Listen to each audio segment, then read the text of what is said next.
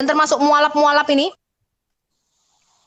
mereka ngomong gini, Yesus kan bukan Allah, apalagi Tuhan. Tuhan kok mati? Tuhan kok tiga? Saya kasih tahu Anda, yang mereka serang itu adalah pondasi di mana kamu diselamatkan. Kamu diselamatkan oleh karena Injil yang sejati. Karena itu Al-Hayat Indonesia, kalau kalian baca logo saya, di bawahnya ada tulisan Bring the True Gospel to Muslims. Karena hanya Injil yang sejatilah yang bisa menyelamatkan setiap orang yang percaya kepadanya. Dan Roma 1 ayat 16 mengatakan Injil adalah kekuatan Allah untuk menyelamatkan setiap orang yang percaya. Anda bawa uang palsu ke supermarket, Anda bisa ditangkap satpam loh. Apalagi Anda bawa Injil palsu. Kalian tahu nggak bahwa di dalam Quran, kalau kalian tanya setiap muslim di seluruh jagat raya ini, apa itu Injil? Mereka akan mengatakan Injil adalah sebuah kitab yang diberikan kepada Nabi Isa ketika Nabi Isa masih bayi, masih nenen. Quran surah 19 ayat 30. Saya bikin videonya, Anda bisa lihat di Al-Hayat Indonesia. Itu bukan Injil, itu Injil palsu, teman-teman. Injil itu seorang pribadi, bukan sebuah kitab. Injil itu artinya kabar baik, yaitu Yesus Kristus sendiri. Itulah Injil yang berjalan, firman yang hidup yang kita beritakan. Jadi kita tuh tidak membawakan sebuah buku. Bagaimana mungkin Anda percaya kepada Quran? Jadi Al-Hayat Indonesia itu bukan membawa muslim, tapi untuk mencegah orang Kristen percaya kepada Injil palsu. Galatia 1 ayat 6 dan 7 saya bacakan. Aku heran bahwa kamu begitu lekas berbalik daripada Dia yang oleh kasih karunia Kristus telah memanggil kamu dan mengikuti suatu Injil lain yang sebenarnya bukan Injil. Hanya ada orang yang mengacaukan kamu dan yang bermaksud untuk memutarbalikkan Injil Kristus. Tetapi sekalipun kami atau seorang malaikat dari sorga yang memberitakan kepada kamu suatu Injil yang berbeda dengan Injil yang telah kami beritakan kepadamu, apa kata Rasul Paulus? Terkutuklah dia. Bayangin, ada orang yang mengatakan Injil itu sebuah kitab yang diberikan kepada Isa ketika Isa masih nenen. Ini Injil palsu. Ini Injil yang berbeda. Saya kasih tahu Anda apa itu Injil. 1 Korintus 15. Apa itu Injil? Kalau Anda ditanya apa itu Injil, 1 Korintus 15 ayat 1 dan 2 jawabannya. Dan sekarang saudara-saudara, aku mau mengingatkan kamu kepada Injil yang aku beritakan kepadamu dan yang kamu terima, dan yang di dalamnya kamu teguh berdiri. Oleh Injil itu kamu diselamatkan, asal kamu teguh berpegang padanya, seperti yang telah kuberitakan kepadamu, kecuali kamu telah sia-sia saja menjadi percaya. Sebab apa yang sangat penting telah kusampaikan kepadamu, yaitu apa yang telah kuterima sendiri. Ini Injil, teman-teman. Bahwa Kristus telah mati karena dosa-dosa kita sesuai dengan kitab suci. Bahwa dia dikuburkan dan bahwa dia telah dibangkitkan dan pada hari ketiga sesuai dengan kitab suci. Jadi Islam itu menolak Yesus mati bagi dosa-dosa kita sesuai dengan nubuatan para nabi di dalam perjanjian lama. Mereka membawa Injil palsu, Injil yang lain. Ya, dan Paulus mengatakan orang yang memberitakan Injil yang lain, mengatakan Yesus Kristus tidak mati bagi dosa-dosa kita, tidak dikuburkan dan tidak bangkit pada hari yang ketiga, terkutuklah dia. Kemudian di 2 Korintus 11 Paulus mengatakan, lah kamu tuh diem aja. Kalau ada orang yang memberitakan Injil palsu, kamu cuma diem, menutup mulutmu. Iya Bu Sophie, Allah kita sama kok dengan Islam. Isa al-Masih itu ya Yesus Kristus. Kita ini orang Nasrani, Bu. Injil itu ya kita. Kita diberikan kepada Nabi Isa ketika Nabi Isa masih nenen.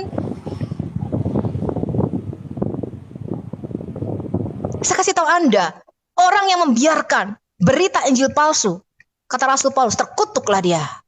Dan kamu diam aja. At least you do something. Penginjilan ada beberapa metode, teman-teman. Kalau saya menginjili orang secara langsung, saya menggunakan metode yang berbeda. Kenapa? Untuk situasi tertentu, untuk orang tertentu, yang namanya pengobatan, kalau Anda dokter, itu ngasihnya nggak satu macam obat.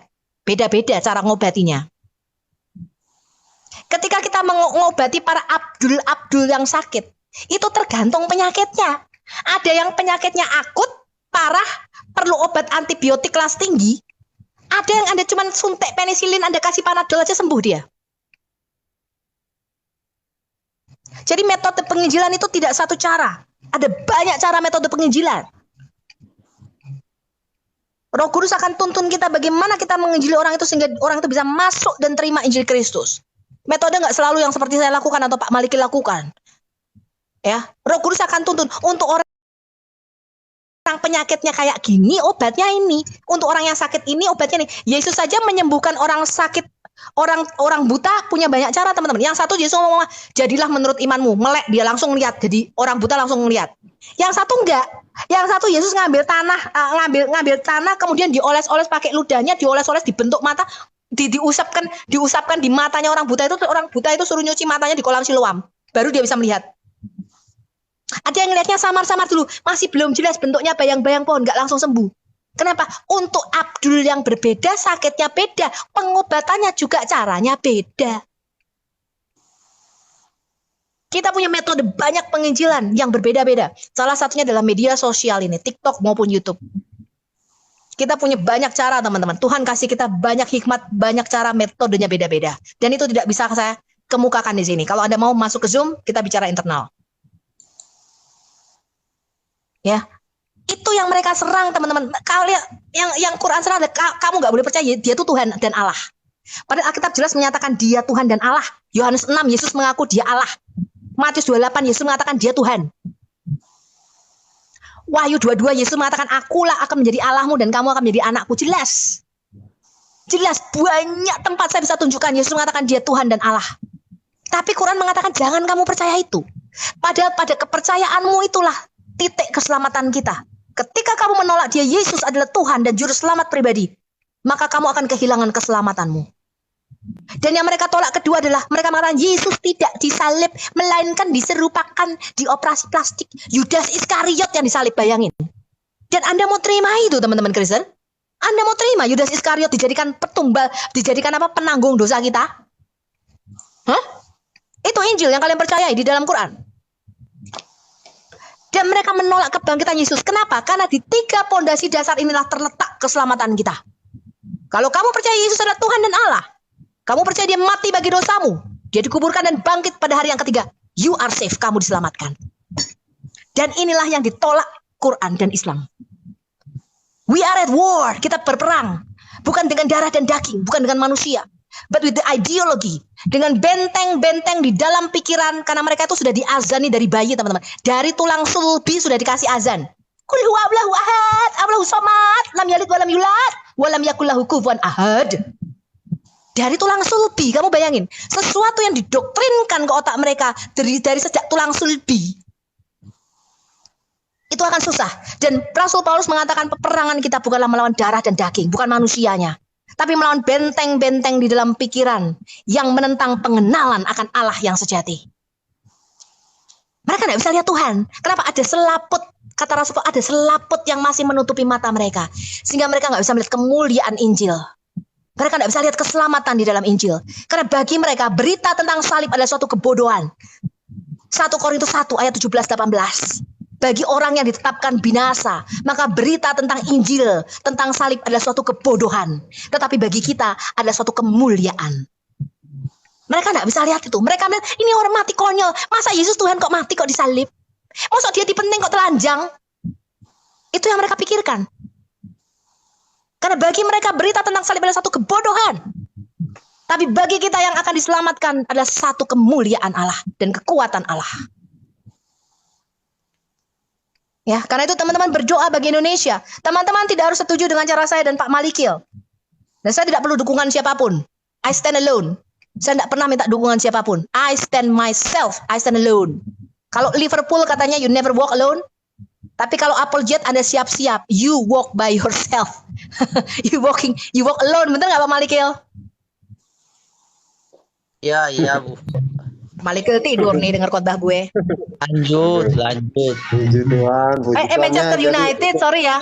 MU, ya. Manchester United, you never walk alone. Di Liverpool Bu, itu Bu. Liverpool. Oh iya, Liverpool. Iya, Liverpool itu ya. Tidak pernah berjalan sendirian ya. Never. Ya, teman-teman ya, itu apa sih? Misi dan visi para apologet ya. Nah, tadi Ibu Sofiatul bilang ya, misi dan visi para apologet itu emang terbagi-bagi ya. Tetapi mereka saling mendukung ya.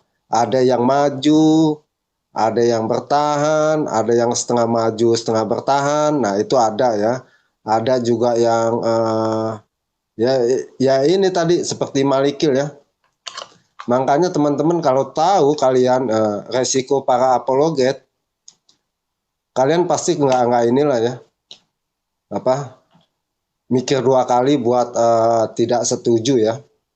Mikir dua kali buat yang tidak setuju.